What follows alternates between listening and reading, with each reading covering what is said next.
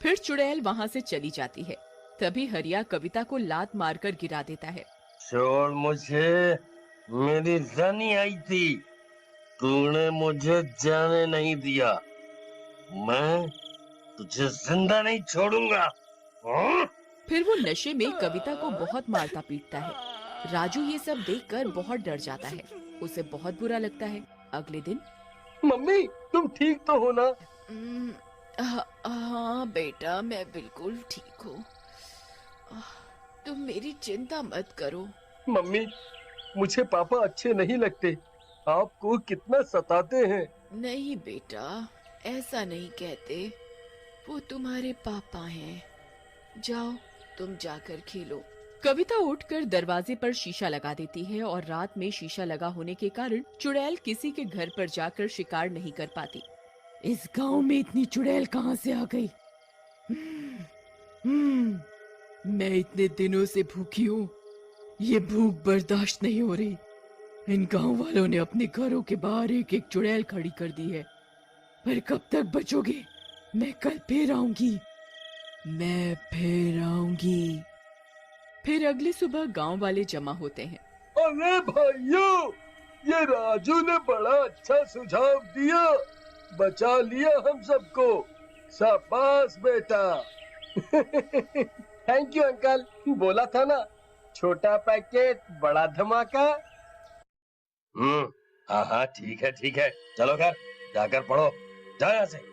राजू को बुरा लगता है और वो घर चला जाता है।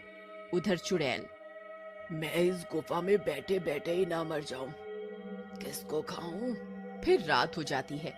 भूख के मारे वो गुफा से बाहर जाती है और गांव की तरफ चल देती है। तभी राजू अपने कुत्ते को घर के बाहर घुमाते हुए घर से थोड़ा दूर आ जाता है। मम्मी, चलो घर चलो, रात हो गई है, चुड़ैल किसी भी वक्त आने ही वाली है। तभी टॉमी यहाँ वहाँ भागता हुआ गुम जाता है। राजू उसे ढूंढता है। तभी चुड़ैल की नजर टॉमी पर पड़ती है। इस कुत्ते को ही खा के काम चलाती हूँ आज। फिर वो अपना हाथ लंबा करती है और उस कुत्ते को पकड़कर खा जाती है। अब थोड़ी राहत मिली। राजू ये सब देख लेता है और रोता हुआ घर भाग जाता है। जाकर कविता को सब बताता है। कविता ये सब सुनकर बहुत डर जाती है। तभी हरिया भी घर आ जाता है। ए कलमुही, पानी लेकर आ। तुझसे इतना भी नहीं होता कि मर्द घर आया है तो एक गिलास पानी ले आऊं। जी लाती हूँ। एक तो इतनी गर्मी है, तुझसे शादी करके तो मेरे भाग ही फूट गए। सोचा था कि तेरा बाप पैसे वाला है, बढ़िया दान दहेज देगा, लेकिन नहीं, इतनी गर्मी है, एक तो एसी ही लगवा देता तेरा बाप तो क्या बिगड़ जाता। ऊपर से ये गर्म पानी लाई है। चल चल यहाँ से, काम की ना काज की, दुश्मन अनाज की। कविता कुछ नहीं कहती, मगर राजू को अपने पापा का अपनी माँ के साथ ये बर्ताव अच्छा नहीं लगता। फिर रात में सबके सो जाने पर वो जाता है और घर के दरवाजे से शीशा हटा देता है और फिर रोज की तरह चुड़ैल आती है। अरे, इस घर के दरवाजे पे चुड़ैल नहीं है? मजा आ गया। घर पर कोई है? घर पर कोई है? पापा, दरवाजे पे वो आई है, आपकी रानी। जाओ, मम्मी सो रही है, आप चुपके से चले जाओ। वाह बेटा, तू ही है मेरा असली शेर। वाह वाह वाह, जिए मेरे लाल, आया मेरी रानी, तुमने पुकारा और हम चले आए। आया डार्लिंग, आया आया आया। हाँ हाँ, जाओ, मेरी मम्मी को बहुत दुखी कर लिया आपने। हरिया नशे में होता है और खुश होकर दरवाजा खोल देता है। आओ मेरे राजा जी। अरे मेरी रानी, तुम नशे में चुड़ैल क्यों दिख रही हो मुझे? हाँ? लगता है ज्यादा चढ़ गई। मेरे राजा, मैं चुड़ैल ही हूँ।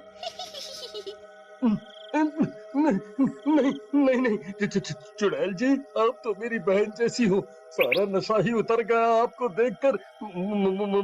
मुझे छोड़ दो। अब से आप पर बुरी नजर नहीं डालूंगा। अरे कविता, आओ। चुप कर, बेवकूफ समझा है क्या? चल, भूख लगी है। फिर चुड़ैल हरिया को लेकर चली जाती है। शोर सुनकर सब गांव वाले जग जाते हैं और कविता भी। राजू, तुम्हारे पापा कहाँ हैं? अभी अभी मैंने उनकी आवाज सुनी थी। उनको तो चुड़ैल ले गई। अब तुम्हारे सारे दुख खत्म माँ। तुम ये कैसी बातें कर रहे हो? तुम्हें ऐसा नहीं करना चाहिए था। वो जैसे भी है तुम्हारे पापा हैं। मैं जा रही हूँ इनको बचाने। कविता मशाल उठाती है और जंगल की ओर गुफा में चली जाती है। सभी गांव वाले भी पीछे जाते हैं। कविता जंगल पहुंच जाती है। चुड़ैल जी, छोड़ दो मेरे पति को। तुम मुझे खा लो, इनको छोड़ दो। नहीं माँ, चुड़ैल आंटी, मेरी माँ को नहीं, मुझे खा लो। नहीं नहीं कविता, तुम जाओ यहाँ से, जाओ तुम। अरे, तुम पति पत्नी का ड्रामा तो खत्म ही नहीं हो रहा। लैला मजनू मेरे पेट में जाकर बन जाना।